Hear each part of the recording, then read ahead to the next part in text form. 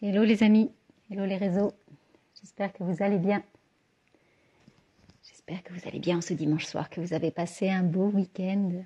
Bon, moi c'était mon premier week-end ici dans ma nouvelle maison. Et ce soir, je me rendais compte sur le coup des 19 heures, quelque chose comme ça, que j'avais un petit coup de mou, que j'avais un petit coup de down, 19 heures, 20 heures, ouais, un petit moment de passage à vide, comme on dit. Et en même temps que je vivais ce moment-là, je me disais, oh là là, tu connais ça, tu connais ça. C'est venu me rappeler quelque chose que j'avais déjà expérimenté. Coucou Guy. C'est venu rappeler quelque chose que j'avais déjà vécu dans des circonstances similaires. Et du coup, j'ai creusé un petit peu ça. Et je me suis souvenu que cette heure-là, 19h, 20h, c'était toujours, systématiquement, un moment où j'étais en baisse d'énergie quand je vivais ici dans la région. Et je l'avais constaté il y a quelques années, puis j'avais oublié. J'avais oublié ça. Et je me rendais compte aussi que, en fait, là, en étant dans le sud-est, le soleil se couche beaucoup plus tôt que quand on est à Bordeaux, ou quand on est à La Rochelle, ou quand on est plus à l'ouest dans le pays. Alors ça a l'air anodin, ça a l'air de rien dit comme ça, mais en fait l'organisme s'adapte à la luminosité. Et là il me manque du temps le soir, il me manque du temps, et cette heure en moins le soir, ces 45-50 minutes de luminosité en moins le soir manque à mon organisme. Et je l'ai manifesté ce soir. Enfin voilà, j'en ai pris, je m'en suis rappelée. Je me suis rappelée de ça. Et alors je sais pas comment. Du coup, il n'y a pas de vrai malaise, mais je me suis dit tiens, il va falloir réintégrer ce paramètre-là dans ton équation. Et comment tu vas gérer à nouveau ce petit passage à vide du soir. Donc je pense que je vais adapter mes horaires, je vais adapter ce que je fais, comment j'organise ma journée aussi pour que ce passage-là ne se manifeste pas, ou en tout cas soit pas inconfortable tous les jours. Et je me suis souvenu aussi par la même occasion que le soleil se lève plus tôt le matin, et combien j'ai fait des levées de soleil exceptionnelles ici dans cette région pendant des années, et que ça j'allais pouvoir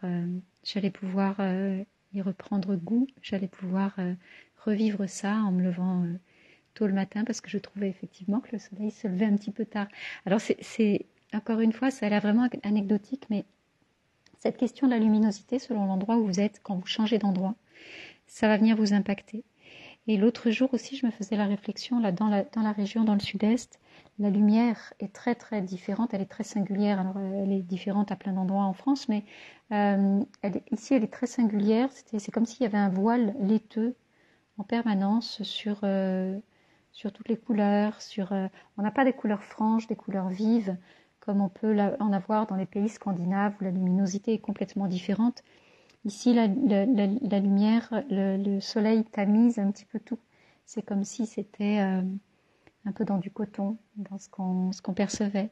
Et j'en avais pas conscience, j'avais pas conscience de cette différence de luminosité avant de partir sur ma vie nomade, parce que il a fallu que mon œil aille s'habituer pendant un temps long à d'autres environnements, et j'en avais pris conscience effectivement quand je revenais ici. Mais à chaque fois que je repars, en fait, j'oublie. C'est marrant. Comment se manifeste la mémoire, en fait. C'est un perpétuel recommencement. Il y a des endroits où c'est une perpétuelle redécouverte, puisque donc je revis de l'étonnement à chaque fois, où je me rappelle que je m'en suis étonnée la fois d'avant. Et je m'en étonne à nouveau. Mais quand on vit depuis très longtemps à un endroit, en fait, notre corps est complètement synchrone avec le timing horaire. Et quand on bascule ailleurs, c'est pas qu'une histoire de décalage horaire, ça peut se jouer à quelques dizaines de minutes uniquement. Il n'y a pas besoin de partir à l'autre bout du globe pour se sentir pas déphasé, mais en tout cas dans du changement. Donc je crois en fait dans mon équation, ce que je voudrais, c'est que le soleil se lève plus tôt le matin et qu'il se couche plus tard le soir. Je ne sais pas si c'est une option qui peut être envisageable, mais globalement, ça doit être le mode de fonctionnement qui doit bien me convenir à moi. Mais regardez là où vous êtes, si la luminosité vous convient, à quel moment vous êtes aussi en perte d'énergie, peut-être à des heures régulières dans la journée. Regardez si ça correspond à un moment où la luminosité décline. Regardez ça parce que ça peut être, on fait rarement le lien. On fait le lien dans nos maisons parce que c'est très à la mode aussi de vendre des lampes de luminothérapie. Mais ça remplacera jamais la lumière naturelle du soleil. Il y a cette lumière extérieure, mais il y a aussi la lumière qui va s'inviter à l'intérieur de notre habitat, à l'intérieur de nos maisons. On a besoin de cette lumière. Alors, on n'a pas besoin de maisons qui soient, j'ai envie de dire, qui soient... on a besoin aussi de se protéger de trop de luminosité.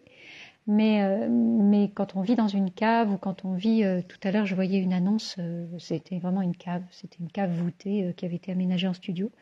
Je ne sais pas comment on fait pour louer ce genre de choses, mais bref, quand on vit dans des endroits où il y a très très peu de luminosité, où les fenêtres sont étroites, ou alors elles sont en hauteur, parfois on a des pièces sombres. Moi j'ai travaillé, il y a des années, j'ai travaillé dans un bureau aveugle pendant 2 ans.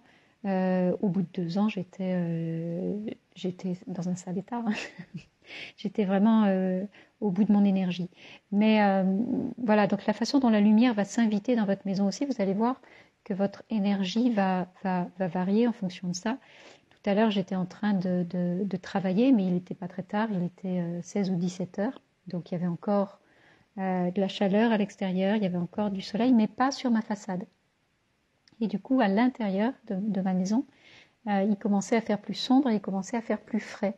Et j'ai senti cette énergie-là. Voilà. Et là, ce soir, j'ai sorti une polaire, alors que tout à l'heure, on se baignait dans la piscine. Mais l'énergie décline, en fait. C'est une énergie qui est yin, c'est plus l'énergie hivernale, sauf que quand elle s'invite dans votre maison tout au long de la journée, que l'énergie va décliner tôt dans l'après-midi, etc. Regardez effectivement quel est l'impact pour vous. Parce que parfois, il suffit juste de changer de pièce ou d'ouvrir une fenêtre ou d'aller comment dire, porter son regard à la fenêtre pour aller regarder loin et se donner sur le ciel, le plein ciel, pour se redonner de l'énergie et ne pas se laisser embarquer avant l'heure, j'ai envie de dire, dans cette énergie qui baisse à cause de la baisse de la luminosité. Donc j'espère que ce sera une ressource pour vous. Regardez et puis dites-moi dans le chat comment c'est pour vous la luminosité dans votre maison, mais aussi dans votre région. Est-ce que vous avez des baisses d'énergie qui sont associées à ça? Et en vous parlant de ça, j'ai une pensée pour